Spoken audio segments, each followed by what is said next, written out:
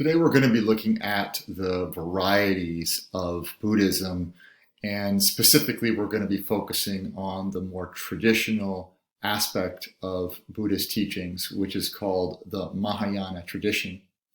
So when we talk about Mahayana and Hinayana traditions, the word yana means raft, and like a ferry, a raft was something and is something still in Asia, which is extremely important because there are small rivers and creeks and even large rivers that require rafts to cross. And this is particularly the case if you're on foot. So the raft in some ways symbolizes the inner journey, your ability to get from one place to another. But the crossing of a river, the crossing of water, is symbolic in Buddhism because the mind is a little bit like a river. It flows, it has a kind of a rhythm to it, but you need to kind of have a steady place in the middle of that river, and you need to have the intention of moving through your mind in a certain way or directing it in a certain way if you want to get somewhere. So there are obviously different rafts or approaches within Buddhism. Now, Mahayana means great raft, and Hinayana means little raft. And obviously, in the words themselves, you get a sense of who got to define what the yanas were. The Mahayana Buddhists think of themselves as more important than the Hinayana Buddhists. And so there's obviously within this schism, this division within Buddhism, a strong sense that the other side does not have the right concept of what Buddhism is. So when you think about why religions split, and we'll look at this more when we get to the Abrahamic religions, but Buddhism was very much based in an experience, the experience of the Buddha himself. So you would think, well, if everybody is focusing on their own experience and everybody is focusing on the Eightfold Path and the Dharma, there wouldn't be any need for division. So if you think about why religions split, I'll have you think about that. But specifically Buddhism, why might Buddhists split around the principal objectives of their religion? And the second question sort of answers the first, or implies an answer to the first, which is, should Buddha be viewed as an enlightened man or as a divine figure? Now, Buddha himself made it very clear that he did not want to be viewed as anything other than an enlightened person. He never viewed himself as a divine figure. He rejected, as we know, the gods of Hinduism and certainly did not want to be made into one. So he gives a good answer to that, and a clear answer to that, but his followers disagree. I think a lot of people believe that it's much harder to follow the Buddha's example. It's extremely demanding. And if you look at him as a divine figure, you perhaps can approach his teachings in a more accessible way.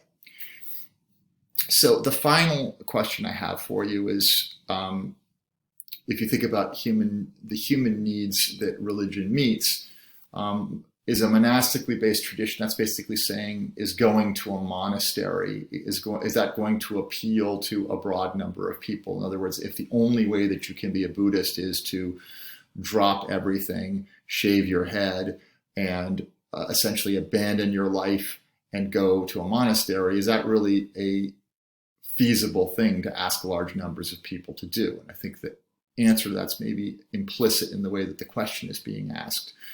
So we're going to be looking at these two yanas, but we're going to focus on the one on the left side, which is the Therevada tradition, or the way of the elders. Now, the Therevada tradition is part of the Hinayana practice of Buddhism. And when we get to the map in just a second, I'll show you why the Hinayana version of Buddhism is also called Southern Buddhism, while the Mahayana version is called the Northern version of Buddhism, or Northern Buddhism and Southern Buddhism. So if you look at Hinayana Buddhism, this idea, it really comes down to all the practices, it really comes down to how much you as an individual commit to the Eightfold Path, how much you really view your life through the Four Noble Truths, and how much you practice the Dharma. So it really is individually oriented. You're on your own, There are no gods. It's all about self-reliance. Now, what's interesting about this, if you look at these two traditions, Theravada Buddhism is going to appeal quite strongly to Americans, specifically well-educated Americans. Sometimes jokingly, I think I may have told you this before, my father, who, as you know, was a Buddhist monk, used to call Buddhism the upper middle path, joking about the middle path and the fact that most Americans that were on it were from the upper middle class. So referring to it as a kind of, you have to have a kind of a little bit of class privilege in order to have the time to go off and do all of these things, to go on retreat, to really discover your own mindfulness. So the fact that enlightenment comes from wisdom, if you compare it to the things on the right, if you look at the left, it's more individual. On the right, it's more community. On the left, number one, right? Part two is looking at humanity on your own versus moving towards Buddhas that are semi-divine, or actually starting to look at Buddha as a divine figure. The third one, enlightenment coming from wisdom, really emphasizing the sutras, which are the teachings, emphasizing the study of Buddhist thinking, reading books, learning Pali, learning the language of the Buddha so that you can understand his words in his own way of thinking, versus the emphasis on compassion. And if you're looking at compassion, it's much more emotionally. Right? So if you think about Theravada as the way of the intellect, and Mahayana is the way of the heart. So if you look at Theravada Buddhism, also the Sangha, or the monastic community, meaning the community of monks, is very important. The monk is the central figure in the Hinayana tradition, whereas in the Mahayana tradition, it's much more geared towards everybody has their way of practicing, and people aren't going to become monks, so they find ways that are more linked into day-to-day life and not separated out. You don't have to go to a monastery to be a good Buddhist. The word arhat, the idea of the individual heading out alone, is sort of reflecting that first point, versus the bodhisattva. The bodhisattva suggests that there are many, many Buddhas, many different people who've attained enlightenment, so we can view all of these different Buddhas as ways to enlightenment. We can go through Bodhidharma, we can go through the Dalai Lama, we can go through any number of teachers, but we hold them up to an ideal where they are almost superhuman. Whereas the arhat really is, you're an individual, you head out alone, you achieve your enlightenment alone. It really is emphasizing the solitary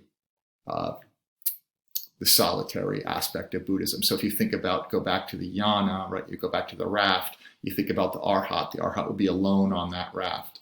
The bodhisattva ideal, you'd have a number of people on that raft, all together, working together, and the community of Buddhists along with the community of teachers, all working to try to achieve that enlightenment. So in the Theravada tradition, the Buddha is nothing more than a saint and a teacher, a great man, a great human being. Whereas in Mahayana, the Buddha is more of a savior and a god. So Theravada is more closer to the original concepts of what Buddhism was at the beginning. So if you look at Theravada and Mahayana Buddhism, you'll notice, interestingly, that while Buddhism begins in India, the reason it doesn't stay an Indian religion is because it gets reincorporated into Hinduism. Buddha is just one more avatar of Vishnu, and right back into Hinduism we go. Whereas, if you look at where Buddhism went and developed, it went to Sri Lanka first. And as I think I may have told some of you, I spent a year in Sri Lanka. This is a little public service announcement for taking gap years. I took a gap year before it was called that. And I went to Sri Lanka and spent time there. And as soon as you go there, you realize it's a very, very deeply Buddhist country, and the Theravadan traditions are very richly embedded in that culture. And they make a point when you go there of saying, you know, our Buddhism is the purest form of Buddhism. It is the closest to what the Buddha actually taught. And they make a point of really emphasizing the purity of their religion. You'll notice that religion moves up into Burma and Thailand. It actually extends a little bit into Vietnam as well, and even a little bit down towards Indonesia as well. There are pockets of Buddhists there too. So you can see that Buddhism moved over time. It moved alongside, not surprisingly, as it usually does, of the expansion of military power. So Ashoka the Great, who was an Indian king, who was not particularly religious, he was a Hindu, obviously, he is going to fight in a great war called the Kalinga War, which was a war with one of the southeast kingdoms, a place called Andhra Pradesh. And so anyway, this was a war basically between the north and the south in India, effectively a civil war. And as part of this war, he went to sack a city and basically sent his troops in, and they completely decimated the city. And as he walks into the city behind his army, he has this revelation. He cries out and he says, "What have I done? If this is a victory, what is a defeat then? If this is a victory, then what is justice or injustice? Is it gallantry or a rout? Is it valor to kill innocent children and women? Did I do it to widen the empire and for prosperity, or to destroy the other's kingdom and splendor? One has lost her husband, someone else a father, someone a child, someone an unborn infant. What's this debris of the corpses? Are these marks of victory or defeat? Are these vultures, crows? That's great. Yeah, the crows. Are these vultures, crows, eagles, the messengers of evil or death?" So basically he comes to this conclusion that his grasp for power has led to tremendous suffering for the people he's going to take over. And shortly after this, he embraces Buddhism, and particularly the idea of nonviolence at the core of the Buddhist Dharma. And he, like Constantine in the Christian tradition, who takes Christianity and extends it along as he expands his kingdom into Europe, so does Ashoka do this. You can see this is basically as Ashoka begins to extend his empire up into Afghanistan and Pakistan. He brings that Buddhism with him. And so Buddhism begins to extend throughout that area, that southern area that he originally conquered. But it will then be reinforced by the monks who are going to come in behind him and really reinforce the traditions more on a religious basis. So you can see that dynasty is expanding all the way essentially from Afghanistan over to Bangladesh. And that's where it sort of starts. That's the foundation for it. Even though it's going to disappear from India, in those other areas it's going to remain. So if you look at the principles of Theravada Buddhism, it is heavily based in the Sangha, or the community of monks. And as you can see here, the monks are deeply communal. They focus usually around a teacher who teaches from the Pali scriptures. Those are the scriptures of the Buddhist teachings from the Dharma. In Theravada communities, the monks are very much worshipped. They're central to the society. They are very much about how you practice Buddhism. So you will see children who are monks. You will see young people who are monks. And you'll see the orange robes will define the Theravadan community. So you'll see this in Sri Lanka. You'll see this in Burma. You'll see this in Thailand. And you'll also notice that if you look at the temples are fairly simple. The stone sculptures are not very ornate. The sculptures themselves tend to be fairly simple. They're not drawing a lot of attention to the Buddha beyond his importance as a man and as a teacher. So this community of monks, for example, here in Thailand, thousands of monks altogether, they are the carriers of the Dharma. They are the ones that are bringing these teachings to the people all around, and they are the ideal. If you want to become a real Buddhist, you need to become a monk. So for example, when I was in Sri Lanka, I was invited to be a monk. I was invited to take on robes and to shave my head, and that's the way to go. So it's a more conservative and fundamental form of what Buddhism is.